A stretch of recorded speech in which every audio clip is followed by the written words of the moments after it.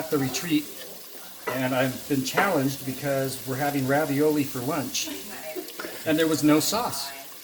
So I went into the refrigerator.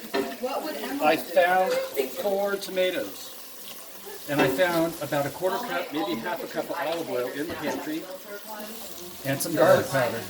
What's your basic staples for any pasta sauce? Then I found a couple of little peppers, and I thought, okay, I'm just going to throw those into the sauce as well. So we're making basically a marinara I feel like I have enough energy to with just a few ingredients. Looks good. I added some garlic powder and a little bit of dried onion, which I also found in the butter. Now we're going to let that just sit for a few minutes while my water's boiling for the ravioli. Then we'll add the ravioli to the water, and it will be bon appetito. Springtime looking Christmas tree. Well, that works too, you know, for people that don't want to take their tree down, they can go see A some. watch pot that doesn't boil. Looks like our water finally boiled, and what I'm going to do now is add the raviolis into the water. And I try to separate them gently if I can. If they are stuck and they don't easily just come apart, then I just throw them in the water whole.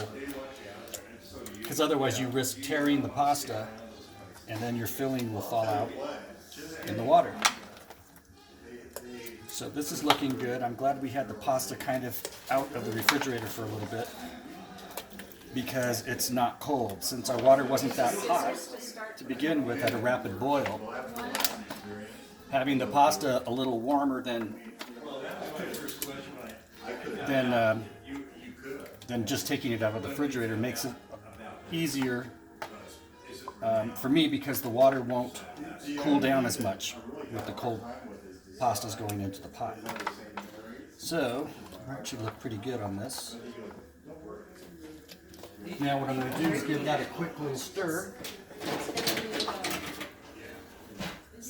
just to prevent any pastas from sticking to the bottom of the pot. And now we're just going to let the water cook those pastas. We'll bring them out, add the sauce, and we'll be ready to rock and roll. How long? Probably going to be about 10 minutes out from plating. How do you test to see? Once all of your pastas have increased in size just a little bit, where your pasta has cooked, it will expand the pasta, and they float to the top. So typically any pastas that I've ever cooked, like a ravioli, will last 10 minutes in the water at max. And you go from there. You don't want them to overcook because then you will have gummy pasta. It'll just fall apart. But see how these are all floating up? There's still some on the bottom. I can feel them. So I'm just going to stir them up just to get them moving in that water. We had our stuff. Kyle had everything in order, but it was. I think what I'm going to do is put the lid on this for just a couple minutes. And we'll just sit tight. Where are the Just going to check this now. We'll take one ravioli out. The Fianna. These are actually cooked. Yeah. We are good to go. Now what I'm going to do is strain this. So how long was it? This actually cooked about 8 minutes. That was because you were like pre-thawed out. Right, because the pasta had been out of the refrigerator, it was getting to a room temperature.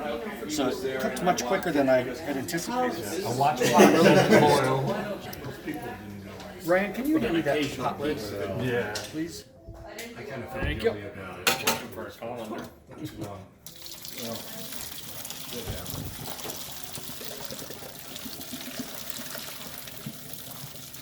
I just thought that I heard Rob kind of singing over in the kitchen like, I did it my way. And now Oh, here we go. the time has come. I'm in the wrong position. I'm in the wrong position. Okay, now we're going to add this to this bowl. I know. Put them in, tip them in underneath it.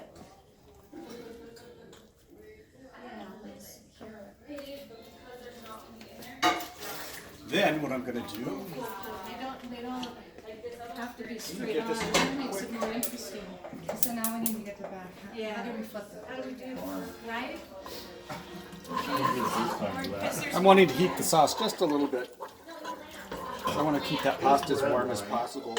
I think we're good there. Oh, you know, right So there. now what we're going to do Can you get it from there? is I'm going to come over here and I'm going to sauce this.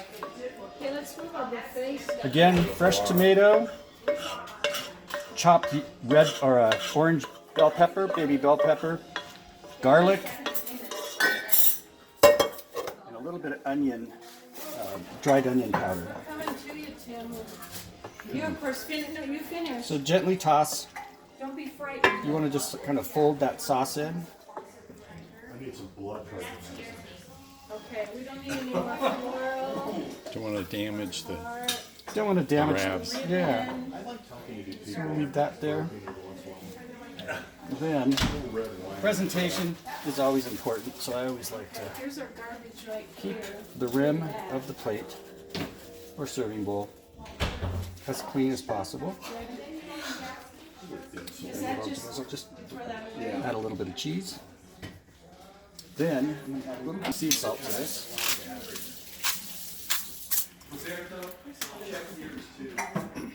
And we are good to go. So how far away from your kitchen are you? Right now, I'm in another state. I Over here, Kyle.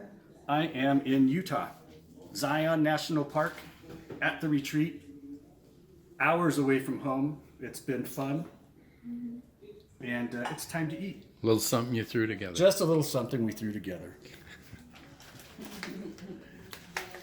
Silverware. You guys. Oh, thank God Rob's here. Right, without him, we would be without food. What kind of sauce? And Ryan barbecued. He just made Tomato. There was some tomato, olive oil, garlic. Tomatoes and pepper. Okay, well, should we just do everybody's plate?